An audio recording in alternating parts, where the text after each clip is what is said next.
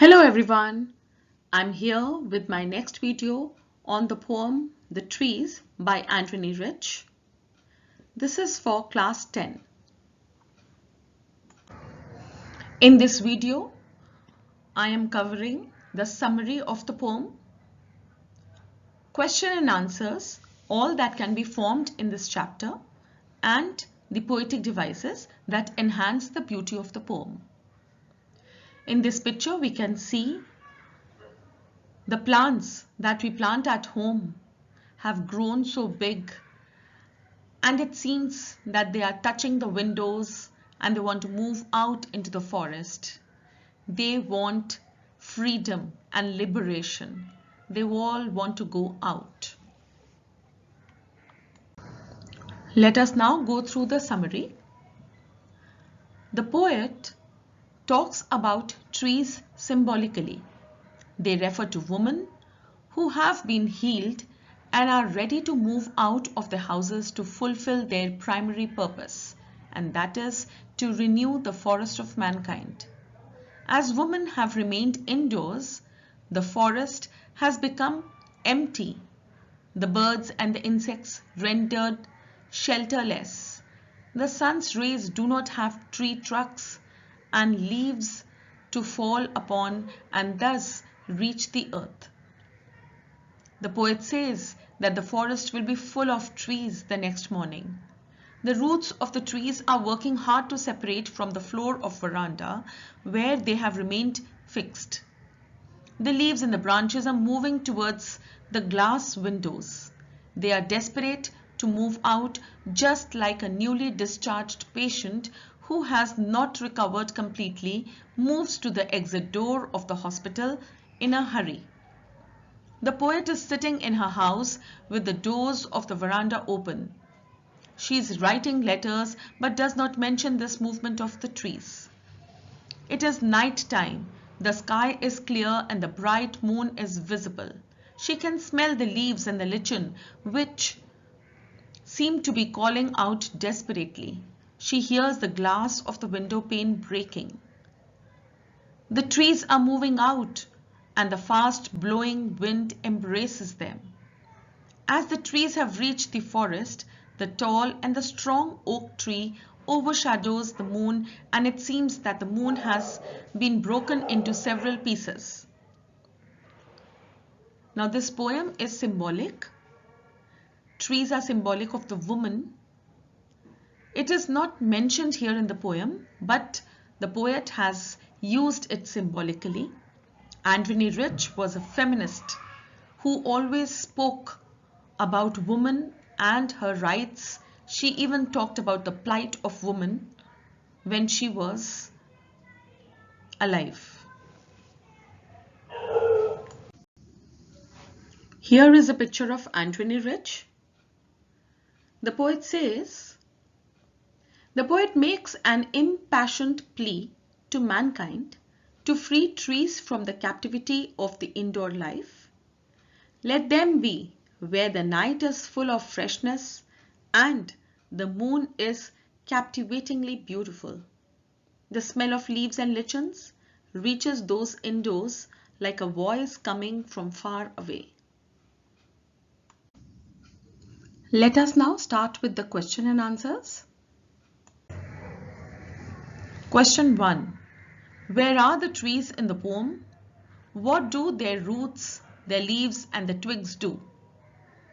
In the poem, the trees are trapped in the poet's house.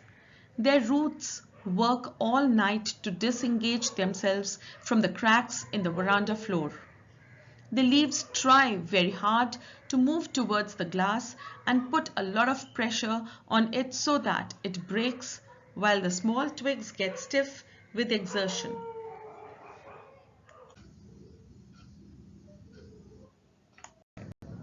Question 2. What does the poet compare the branches to? The poet compares the branches to newly discharged patients of a hospital. The large branches of the trees become cramped due to the roof above them, and when they get free, they rush stumblingly to the outside world. While doing so, they look half shocked like the patients who wait for a long time to get out of the hospital. Maybe because they are half conscious and are under the influence of some medication, they are unsteady but in a hurry to leave the hospital. Question 3. What is ironical in the poem, The Trees? The poem, The Trees, depicts the serious problem of deforestation worldwide, which causes ecological imbalances and the risk of global warming. The poet means to say that we are depriving the forest of their trees and creating concrete jungles in the cities. The irony of the situation is that we are decorating our homes and cities with trees and plants and cutting the trees from the forest. If we compare this poem to another poem, for instance, A Tiger in the Zoo, we find many similarities. We imprison the tigers and other animals in the zoo, whereas their true places are in the forest. Similarly, we imprison the trees and the plants in our houses and cities, whereas their true place is in the forest. There is nothing wrong with decorating the houses and cities with plants and trees, but it is something unpardonable to deprive the forest of the trees and plants. That is why the poet imagines that the trees from the houses want to be liberated and move to the forest. Question 4. What does the poetess compare the bough with and why? The boughs are long and cramped. The poet compares the boughs with the patients who have been recently discharged and are moving out of the clinic doors because the boughs also move out in the same semi-dazed state as if they are under a spell. The patients are weak and under medication, so they are dazed. Question 5. What makes the forest empty? What cannot happen in a treeless forest? Man's cutting the trees of the forest at an uncontrollable speed has resulted in empty forests. In a treeless forest, birds, insects, and the other animals cannot find shelter and make their homes there. The sun cannot cool its rays in the shadow there. Question 6. Why is the poet writing long letters? Why does she not mention the departure of the trees? The answer is, the poet can feel the sorrow of the trees imprisoned in the cities. So, she is writing long letters or poems voicing the trees' right to be in their natural habitat, and that is the forest. She does not mention the departure. The poet says that she is sitting in her veranda writing long letters. She does not mention about the trees leaving her house in her letters. She says that the night is very clear. She can see the complete moon which is shining. The smell of the leaves and lichens is like a voice which is yelling and expressing a desire for freedom from the confines of the house. Question 7. The poem, The Trees, presents a conflict between man and nature. Discuss. The answer is, the poem, The Trees, presents the rebellion of the tree against the human oppression and imprisonment within walls. The forest is the natural habitat of the trees. The trees feel suffocated in houses. They rebel against it and move out. Question 8. How do the trees rebel against their imprisonment at the hand of the man? Man has imprisoned the trees of the forest in his houses and cities. The trees rebel against their imprisonment. The roots come out of the floor by breaking them. The leaves come out of the windows by breaking the glasses. The long cramped branches start expanding themselves. Thus, the trees move out into the forest. Question 9. What kind of whispers can the poet hear? Why will these be silent tomorrow? The answer is, the poet can hear the voices of the trees talking to each other, asserting their right to be free and the sounds of their moving out. It may also be her inner voice that reprimands her for imprisoning the trees. The whispers will be silent tomorrow as the trees will move out into the forest and will be free.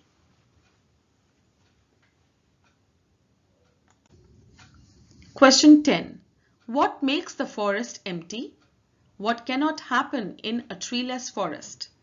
Or find in the first stanza 3 things that cannot happen in a treeless forest.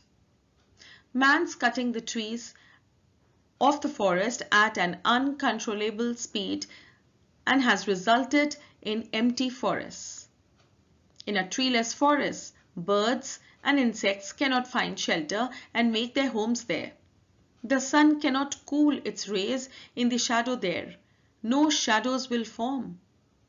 There will be no insects, as they will have no place to hide. Question 11. How does the changing forms of moon relate to the moving out of the trees? The answer is, the moon also changes its forms with the moving out of the trees. In a treeless forest, it appears as a whole closed body. But with the trees moving out into the forest, the moon also appears as a broken mirror. Its pieces flash out on the tallest of the trees. This is a picture which is depicting what the poet is actually saying. The poet says that when the trees will move out, it will look as if the moon has broken into pieces because of the tall trees that come in the view and make the moon look as described by the poet.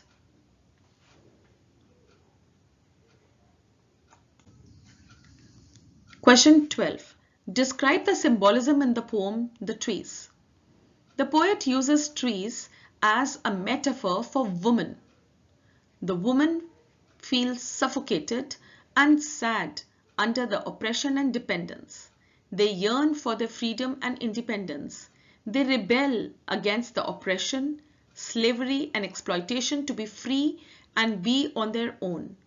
They want to break the shackles of darkness, of narrow-mindedness, and gender discrimination. They want to step out and fill the forest of mankind with their eternal presence. The trees also rebel against imprisonment to return to the forest. Thus, they are apt symbol for woman. Question 13. Conflict between human and nature is always there. Nature is also rebelling against civilization and becoming destructive. Explain. Man has been destroying nature due to personal and material pursuits. He is endlessly playing havoc with nature. He is trying to harness wind, solar energy, and flora. In this pursuit, man has forgotten that excessive destruction can carry us to any situation. Man is cutting trees and destroying the natural habitat. This is causing global warming with overall rise in temperature. If these practices go unchecked, we might soon be drowned due to melting of ice from polar caps. Man should wake up and save the planet Earth from destructive forces of nature. Here we can see how deforestation has taken place and how barren and empty this area looks. Question 14. Freedom is the basic theme of happiness for all creatures as well as plants. Explain this statement with reference to the struggle of the branches to come out in open in the veranda of the poet's house. The answer is, it is true that freedom is the basic theme of happiness in this universe. Freedom is the true law of nature. This idea can be found everywhere and in all spheres. Even the palace of gold is useless without freedom. We have read about so many national heroes who have sacrificed their everything for freedom of the country and to make their country free. Freedom is the very first need for all human beings as well as for animals. In this poem, the poet has described the deep feelings of the trees that want to become free from human beings' prison. The description of struggle made by the branches to come out in open from floor is too real and heart-touching. The trees don't want to live in these surroundings, so they do their best to come out of the floor and the window. Let us quickly see the poetic devices. Poetic devices are used by the poet to enhance the beauty of the poem. The first one is personification. Sun bury its feet. Sun has been personified here. Twigs and boughs have been personified. Trees are stumbling forward. Here trees are personified. Enjambment. This is continuation of a sentence to the next line. The forest that was, and this whole line is being continued to the trees by morning. Continuation of sentence to the next line even can be seen in these lines. The leaves strain till half dazed. So these are the two examples of enjambment here. The next poetic device is anaphora. There are two lines beginning with no. Number 4, imagery. The trees inside are moving out into the forest. The poet has tried to create a scene in which she is observing all these things happening. The night is fresh and then into the rooms. So all these phrases and words used by the poet flashes a scene of imagination in the mind of the reader. The poet has also used simile. Trees are compared to patients in the lines like newly discharged patients. The moon is compared to a mirror, where the poet says moon is broken like a mirror. And the smell of lichen and leaves has been compared to voice, like a voice into the rooms. The last poetic device is long letters, forest, from, sky, still, leaves and lichen. All these are examples of alliteration where the first consonant letters are close by in a sentence. I hope this video was helpful to you. Grow trees, revolt against deforestation. We all want freedom, be it trees, animals, human beings, especially women. Do take good care of yourself. Bye.